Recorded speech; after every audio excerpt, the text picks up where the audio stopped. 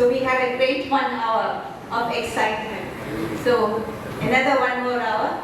Tiny Nair sir is going to take us through another important topic, the new era in persistent CV risk reduction. Sir, Tiny Nair sir has been the head of the Department of Cardiology PRS Hospital since 1990. He's been a principal investigator in many trials and an active clinical research and PhD program. He's been in collaboration with the University of Kerala. He has written so many papers and articles and also been a writing committee member and especially in the consensus of lipid guidelines of India. And he's been an associate editor and also a faculty for distance education program for American College of Cardiology. He has also authored Medical Statistics 2012 and Happy at Heart. But I must say, sir, you're also one of the vibrant social media people are following you. Whenever sir gives some comments, everyone is enjoying his comments. Thank you, sir. And over to you, sir. Will you talk the topic? Good morning. Good morning. Good morning. Thank you. Can I have some of the slides down, please? Too much of it. The citation was straight away given, so it doesn't matter how you perform in your talk. Now, that is the Santander Bank, the most popular banks in Spain, right? Owned by an American, of course. Now, Santander Bank in 2010 partook in a clinical trial called PISA. PISA trial was meant to look into subclinical atherosclerosis, right? The trial ran like this: 2010, 4,384 patients, asymptomatic. Santander Bank employees. So understand that they are aged 40 to 50, like many of us, healthy bank employees, no cardiovascular disease. They were extensively investigated to look into subclinical atherosclerosis, vascular ultrasound, MRI, FDG PET. And they were followed up from 2010 till 2019. Right. So asymptomatic people like you and me sitting here, sitting in the smoking, right? And what did they find out? Yes, what came out was fascinating. 25% of the so-called asymptomatic people like you and me had coronary atherosclerosis, 36% cerebral atherosclerosis, and about 53% had iliofemoral atherosclerosis. So subclinical atherosclerosis might be there in healthy people like you and me. But what was even more surprising was this: in a 3-year follow-up, you see significant progression of the disease. So one, many of us suffer from subclinical atherosclerosis. Second, it tends to be progressive and might end up with an event. Right. Now, when they twist out the data of PISA of those with normal LDL, look at the data, normal LDL, subclinical atherosclerosis, they took out the data. First bar is triglyceride less than 100. Second, 100 to 150. And third, more than 150. You see a linear connection between progression of subclinical atherosclerosis and baseline triglyceride level. So what does it mean? Triglyceride drives subclinical atherosclerosis, right? When the LDLs tend to be normal.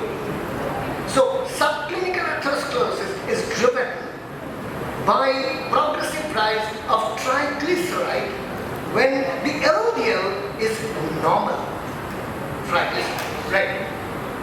Once we realize that, look at the data. 50% of diabetic patients have hypertriglyceridemia, right? 20% of diabetic patients have borderline triglyceride between 150 and 200. 60% of diabetic patients with an LDL of less than 100 have high triglyceride levels. So understand that triglyceride is closely associated with progression of atherosclerosis and then rampant in diabetes. Right? Now with that background, so if we need to look at persistent CV risk in diabetes, we need to address triglyceride. And that brings us to the topic that we are going to talk about, icosapent ethyl, right? But first, back to basics. Now that is the chemical structure of polyunsaturated fat, PUFA, right? Why it is called unsaturated? Because you can see there is some double bond between carbon atoms. So if they are all single bonds, we say saturated. Double bond, unsaturated. So that's why it's unsaturated. Now how many unsaturated? Many. So it's polyunsaturated, PUFA, right? Now in a polyunsaturated, look at the head end.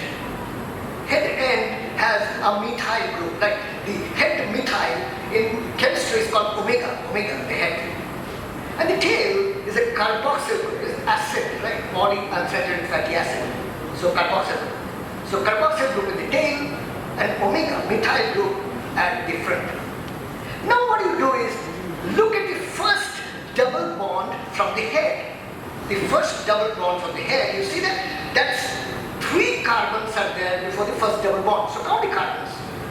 So from the omega, you have 3 carbons when you get the first double bond. So that's why it is omega 3. Right? So omega 3 is simple. The first double bond is at the 3rd location of carbon. So it's omega 3. Now there are very many types of omega 3. One of this is this, where you have 20 carbon atoms. 20 in Greek is called ecosa. Ecosa is 20, right? And how many double bonds? 5. So this is called ecosa pentanoic acid. What is omega 3 is ecosa pentanoic acid. And then this is what? 22 carbon chain. So 22 in Greek is docosa. And obviously then you can see there are 6 double bonds. So docosa, hexanoic acid, right? Hexanoic acid. So DHA and EPA, icosapentaenoic, docosahexaenoic are basically number of carbon atoms and number of double bonds. Oh, so we finally at least know what those means. In 1970, Professor Bang and Derber did a study where they looked at Eskimos in staying in igloos and found that they are very rare to have heart disease in them. Right? So what protects them from heart disease? They concluded that because they eat fish, they have more of EPA and DHA in their diet, and that's why they're prevented. And then we got studies after studies. Look at those, right? 2 studies which showed GC trials. Yes, EPA and DHA are good. Host of studies followed. EPA and DHA doesn't do any good at all. And 1 study equivalent. So where are we? We don't know. Some trials show good, EPA DHA combination, some show no benefit, some clearly equivalent, right? So where are we? Now if you look into EPA and look into a membrane of a cell, you see how it lies, straight line, right? But when you look at DHA, the ends are crooked. So being incorporated in the cell membrane, the cell stability tends to get disturbed. We'll come to that a little later, right? Now when you give icosapent ethyl, the chemical we're going to talk about, the ethyl component is destroyed by the intestinal lipase and releases icosapentaenoic acid, EPA. And that EPA gets absorbed into the gut and quickly goes into circulation, right? That's how it happens. So if you give icosapent ethyl, lipase destroyed the ethyl component and you get EPA. Now the first major trial, look at the clinical trials, was the REDUCE-IT trial. REDUCE-IT trial had 8,000 patients. Either they had cardiovascular disease or diabetes with a host of risk factors. So they were high-risk patients, 8,000 patients. Triglyceride between 135 and 500, LDL less than 100. Does it sound like the patient that we treat daily? LDL normal? High triglyceride? Yes. Followed up for 5 years. So patients like what we see, LDL is not very high, triglyceride elevated, had cardiovascular disease and diabetes. Now look at that. Icosapent ethyl was given 2 grams BID. If you look into the trial, look at that. Significant benefit with icosapent ethyl. And how much benefit? 25% reduction, relative risk reduction of MACE. Right, with a p-value that is 0.000000, so many zeros, 1, right? Very significant risk reduction with icosapent ethyl. If you look into the components of the icosapent ethyl benefit, look at that. Cardiovascular death, or non-fatal MI, significantly reduced, 25%, as we already saw. But if you divide this component, look at that. Fatal, non-fatal MI, reduced. Stroke, reduced. And if you twist out pure cardiovascular death, look at that, 20% reduction. So every component, even individually, cardiovascular death was reduced. Hardly any trial shows that, right? So if you look into patients in this trial who had prior MI, did the benefit? Yes, significant, right? 35% risk reduction, those had prior MI. Those had prior PCI, 39% risk reduction. So every component we see there is benefit. In fact, what is surprising is that we see that sudden cardiac death. This is almost equal to a beta problem. Sudden cardiac death was reduced in these trials, cardiac arrest was reduced significantly. Right. So if you look at benefits of treating 1,000 patients for 5 years with icosapentine, fatal non-fatal MI reduced by 42, 76 benefits of coronary revascularization, the primary endpoint 159. So massive benefit of treating with IPE in patients who had an elevated triglyceride but a near normal LDL, the kind of patient that we see. Right. Now if we look into a vulnerable plaque, see this is the vulnerable plaque, how do we identify it? We know that a plaque which is going to rupture has certain characters, for example, lipid-rich necrotic core. These are plaques that have thin fibrous cap so that they tend to rupture. And of course, features of inflammation. So a large necrotic core which gives us a feature of an poor plaque which is likely to rupture, low attenuation, and of course, thin cap and inflammation, right? So a CT angiogram looks at low attenuation plaques. A OCT, optical coherence tomography, picks up a fibrous cap thickness, and inflammation is CRP. Right. Now with that, look into the data. The evaporate trial looked into icosapent and progression of CT angiogram plaque, and look at those very small trial. You might say, why do you show it as a 60 patient trial? Because they were investigated by CT angiogram. Look at that baseline. You can see the plaque there on the left and the cross section of the plaque. The red is necrotic center. Look at that on treatment. Not just the plaque subsided, the necrotic core significantly came down. Right. What about if you look into the low attenuation plaque by CT? These are ones that tend to rupture. Right. Look at that placebo group on right, gone up by 109%. While icosapent reduced by 17%. Very clear data, right? Look into OCT data. The OCT trials show that if you look at EPA statin combination, you see that the fibrous cap becomes thicker. Yellow is fibrous cap getting thicker. The placebo is, that is only statin, is gray. Significantly beneficial when you add EPA to statin in plaque regression. What about CRP? Triglyceride, yes, we know that the data comes down. Look at CRP, markers of inflammation. So whether we are looking at a low attenuation rupture for plaque benefit, whether we are looking at fibrous cap thickness, whether we are looking at CRP, we see that almost every parameter is better with icosapent. What does the guideline say? 20.3 is the guideline, look at that. High dose icosapent of 2 grams twice a day may be considered in combination with the statin in patients with hypertriglyceridemia. That is TG, which is elevated, right? 2B. What about the 2021 ACC guideline, expert committee guideline, ASCVD, with an LDL less than 70 is a group where triglyceride with 150 to 500 likely to be benefited by icosapent. What about ADA? ADSA is cardiovascular disease or people with host of cardiovascular risk factors with an LDL which is controlled by a statin and a triglyceride between 135 and 500 benefit clearly by icosapent. Right? So every guideline says that, but let us look at the subset which is for most interest to all of us, right? There is a diabetic meeting. Look at the reduce it diabetic component. If you twist out the diabetic in the reduce it data, you see that the benefit is far more massive, 23% benefit overall. And if you take that diabetic population and twist them out into those without cardiovascular disease on the left and those with cardiovascular disease on the right, you clearly see without cardiovascular disease benefit, but lesser benefit, about 22% relative risk reduction. Why? Those with cardiovascular disease and diabetes tends to have 30% relative risk reduction. And look at those p-values, huge, right? The right graph shows a p-value of 0.00009. Very rarely trials give that kind of benefit. One more subset which is interesting, if you take those in reduced set, but a very high triglyceride, more than 200, and HDL, which is we had so much of interesting talk about HDL today in the exercise session, right? So you have a high TG and a low HDL. We know these are patients who are likely to have small, dense LDL, right? High TG and a low HDL ratio. That group showed significant benefit with icosapentide. 0.61, 39% relative risk reduction. Okay, so at the end, before we end, focus on this. This is important, right? In the marine trial, they looked at plasma levels of triglyceride on the x-axis and EPA levels on the x-axis and the plasma triglyceride on the y-axis. And what did they find?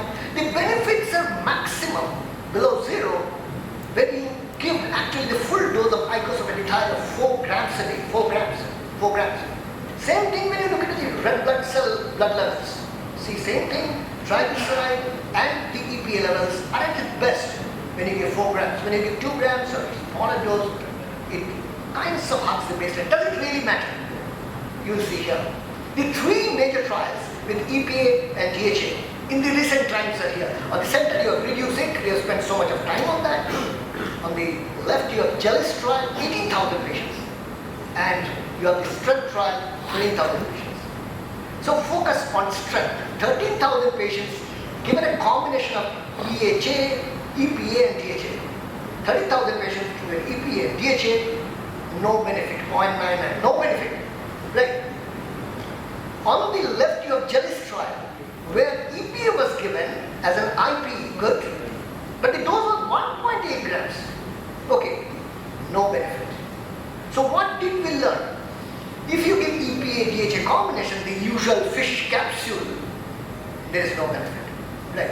If you give a suboptimal dose, there is no benefit. Icosapentide, given in the right combination and the right dosage, you see very significant reduction of 25% relative risk reduction, what we saw in the entire discussion, right? So finally, the point is this: take-home points are icosapentide 2 grams twice a day, 2 grams twice a day in patients with a triglyceride between 135 and 500, and an LDL below 100. So you have given statins, control that LDL.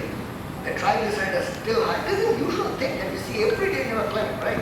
That is a person, if he has diabetes, if he has established cardiovascular disease, if he is a post-PCI or a post-CABG, these are patients probably they would benefit the maximum. So whom would I choose tomorrow? Icosapentide. I choose somebody who has on statin, cardiovascular disease, LDL below 100, TG is 135 to 500. Diabetic, yes. Cardiovascular disease like MI, yes. Post-PCI, post-CABG, right.